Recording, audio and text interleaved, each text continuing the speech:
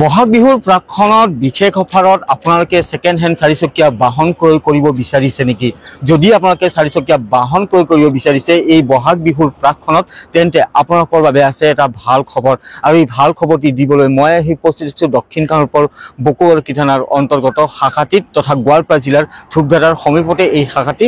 আৰু মোৰ পিছলে আপোনালোকে দেখি আছে এয়া 17 নম্বৰ ৰাষ্ট্ৰীয় ঘাইপথ আৰু 17 নম্বৰ ৰাষ্ট্ৰীয় ঘাইপথৰ কাষতে এইখন নতুনকৈ মুকলি কৰা হৈছে চাৰিচকীয়া বাহনৰ সেকেন্ড হেণ্ড চাৰিচকীয়া বাহনৰ নতুনকৈ ডিলাৰ।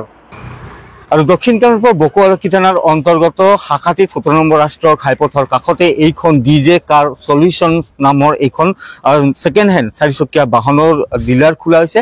আৰু ইয়াত আপোনালোকে যিকোনো কোম্পানীৰ যিকোনো বাহন ক্ৰয় কৰিব পাৰিব আৰু খুব কম ডাউন পেমেন্টৰ বিনিময়তে আপোনালোকে ক্ৰয় কৰিব পাৰিব ইয়াৰ পৰা বাহনসমূহ Baleno, Scorpio', Bolero, Alto K ten আদিকে কৰি বিভিন্ন যি বাহন আছে সেই বাহনসমূহ আপোনালোকে ক্ৰয় কৰিব পাৰিব এইটো নতুনকৈ খোলা সেকেন্ড হেণ্ড চাৰিচকীয়া বাহনৰ ডিলাৰৰ পৰা। তো সবিশেষ মই আপোনালোকক জনাম। ইয়াৰ যিগৰাকী কৰ্মচাৰী আছে মহেন্দ্ৰ ৰাভা, আমাৰ স্থানীয় যুৱক হয়, সেই যুৱকগৰাকীয়ে আপোনালোকক এই ডিলাৰখনৰ সম্পৰ্কত বা ইয়াত কি কি বাহন উপলব্ধ হ'ব সেই সম্পৰ্কত আপোনালোকক জনাই দিব। ইয়াৰ যিসমূহ নথি পত্ৰ সেই কি ধৰণৰ ব্যৱস্থা থাকিব, ডাউন পেমেন্ট কেনে ধৰণৰ থাকিব, এই সমগ্ৰ যি তথ্য সেই সমগ্ৰ তথ্য আপোনালোকক মহেন্দ্ৰ ৰাভাই দি দিব। মহেন্দ্ৰ আগবাঢ়ি আহিলে অলপ সুবিধা হয়। এইখন ডিজে কাৰ সলিউশনছ আৰু এই সেকেন্ড হেণ্ড চাৰিচকীয়া বাহনৰ এখন নতুনকৈ ডিলাৰ অপেন কৰা হৈছে শাখাটিত। আৰু ইয়াত যিকোনো বাহন আপোনালোকে ক্ৰয় কৰিব পাৰিব। আৰু যিহেতু বিহুৰ প্ৰাকখনতে বিশেষ অফাৰত দি থকা হৈছে বাহনসমূহ। তো মহেন্দ্ৰ, প্ৰথমতে মই জানিব বিচাৰিম বা মোৰ ছাবস্ক্ৰাইবাৰ ফলোৱাৰ্ছ বন্ধু বান্ধৱীসকলক জনাব বিচাৰিম যে কি কি বাহন উপলব্ধ হ'ব? আমাৰ ইয়াতে বৰ্তমান 8খন আছে। আমাৰ তাৰে সুজুকিৰ আছে আৰু হুণ্ডাইৰ আছে। বৰ্তমান 8খনৰ ভিতৰত আমাৰ এইখন যোৱাকালি আহিছে, এইখন মেগনাইট হয়।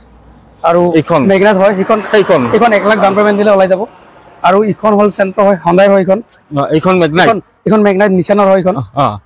আৰু এইখন চেণ্ট্ৰ হয়, হুণ্ডাইৰ হয়।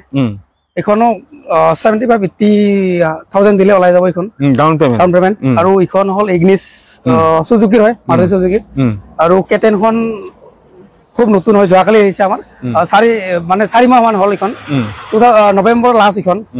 আৰু বেলেনোখন সুজুকিৰ হয়, এখনো 1 লাখ দিলে এইখন ওলাই যাব। আৰু আমি জানিব পাৰিছো যে বৰ্তমানতো স্কৰপিঅ', বলেৰো তেনেধৰণৰ বাহনসমূহ নাই, কিন্তু যদি কাষ্টমাৰে বিচাৰে সেইবিলাক আপোনালোকে আনি দিব পাৰিব? হয়, আমি নিশ্চয় আনি দিব পাৰিম। কাষ্টমাৰৰ ৰিকুৱাৰমেণ্ট হিচাপত আমি 2-3 দিনৰ ভিতৰত আনি দিওঁ, বাহনসমূহ আনি দিওঁ, আমি যোগাৰ কৰি দিওঁ। বাকী ইয়াৰ যিসমূহ নথি পত্ৰ থাকিব, যি কাগজ পাতি থাকিব, সেইবোৰ কেনেকুৱা ব্যৱস্থা থাকিব? সেইবিলাক আমাৰ যিটো ফাইনেন্সৰ হয়, যিবিলাক আমাৰ নথি পত্ৰ হয়, মানে চাপ'জ যদি কিবা কাৰণত পলিউশ্যনৰ ফেল থাকে সেইটো আমাৰ ফালৰ পৰা কৰি দিয়া হ'ব। আৰু প্লাছ ইঞ্চুৰেঞ্চ ফেল থাকিলে আমাৰ ইঞ্চুৰেঞ্চটো আমাৰ ফালৰ পৰা কৰি দিয়া হয়।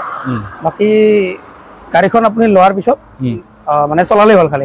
আৰু জানিব পাৰিছো এতিয়া যিহেতু বিহুৰ সময়ত বোলে মানে বিশেষ অফাৰতো বাহনসমূহ দি থকা হৈছে? হয়, বিহুৰ আমাৰ বৰ্তমান আমি এনেই 30% মানে ডাউন পেমেণ্ট দিলে ওলাই যায়। বাট বিহুৰ অফাৰ আমি 20-25% আমি ওলাই দিওঁ।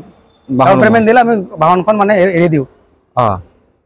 আৰু কি আছে বিহুৰ অফাৰ? আৰু বিহুৰ অফাৰ আছে আমাৰ গাড়ীৰ হিচাপত, আমি তেল টেংকি মানে ফুল কৰি দিওঁ। আৰু বিভিন্ন সামগ্ৰীৰ অফাৰ আছে আমাৰ। তো আপোনালোকে দেখি আছে। আৰু ইতিমধ্যে এই যি ডিজে কাৰ সলিউশনছ নামৰ যিখন চাৰিচকীয়া বাহনৰ নতুনকৈ শাখাটিত ডিলাৰ অপেন কৰা হৈছে, এই চাৰিচকীয়া বাহনৰ ডিলাৰখনৰ কৰ্মচাৰী মহেন্দ্ৰ ৰাভাই ইতিমধ্যে আপোনালোকক অৱগত কৰাই দিলে ইয়াত কি কি বাহন উপলব্ধ হ'ব বা আপোনালোকৰ প্ৰয়োজন অনুসৰি তেওঁলোকে বাহনসমূহ আনিও দিব পাৰিব। সেই ধৰণৰ এটা সুব্যৱস্থাও আছে বুলি ইতিমধ্যে জনাই দিছে। লগে লগে বিহুৰ প্ৰাকখনত যদি আপোনালোকে ক্ৰয় কৰিব বিচাৰে এই ডিলাৰটোৰ পৰা বাহনসমূহতো বাহন অনুযায়ী আপোনালোকৰ যি বাহন সেই বাহনত ফুল টেংকি তেল ভৰাই দিয়া হ'ব। আৰু ইয়াৰ লগে লগে বিভিন্ন সামগ্ৰীও প্ৰদান কৰা হ'ব বুলি ইতিমধ্যে জানিবলৈ দিছে। আৰু নথি পত্ৰৰ কথাটো আপোনালোকে চিন্তা কৰিব নালাগে। যদি কোনোবা বাহনৰ নথি পত্ৰৰ কিবা প্ৰব্লেমছ থাকে সেই প্ৰব্লেমছত তেওঁলোকে সলভ কৰি দিব বুলি জনাইছে। তো মই ইতিমধ্যে আপোনালোকক সকলো তথ্যখিনি দি দিলোঁ। আপোনালোকে যদি আৰু অধিক তথ্য জানিব বিচাৰে বা অধিক তথ্যৰ প্ৰয়োজন বোধ কৰে তেতিয়াহ'লে স্ক্ৰীনত যিকেইটা নাম্বাৰ দিয়া হৈছে সেই নাম্বাৰকেইটাত আপোনালোকে ফোন কৰি ল'ব আৰু তাৰপিছতে আপোনালোকে সবিশেষ তথ্যটো লৈ ল'ব পাৰিব এওঁলোকৰ পৰা।